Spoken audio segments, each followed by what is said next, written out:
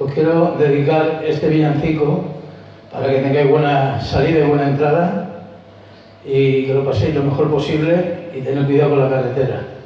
Felicidades. Que Dios bendiga a todos.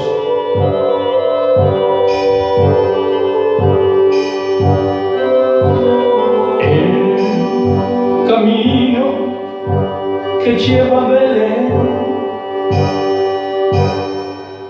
baja hasta el valle que la nieve cubrió.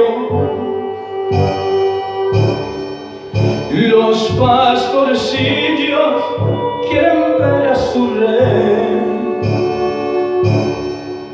le traen regalos y en su humilde sonor que rojo pompón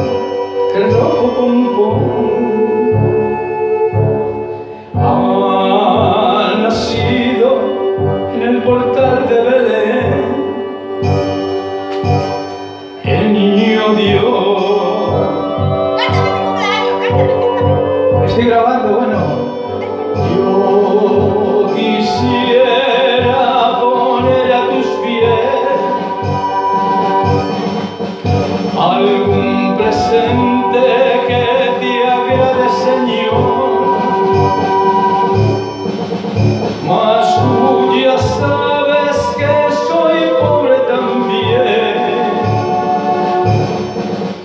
y no poseo más que un viejo tambor que ropa pompón, que ropa pompón.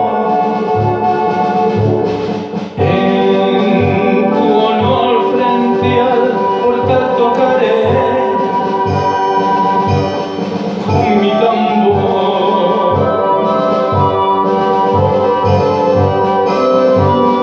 El camino que lleva a Belén yo voy marcando con mi viejo tambor. Nada mejor hay que te pueda ofrecer mi ronco acento y en tu canto de amor que rojo pompón. Cuando Dios me vio tocando ante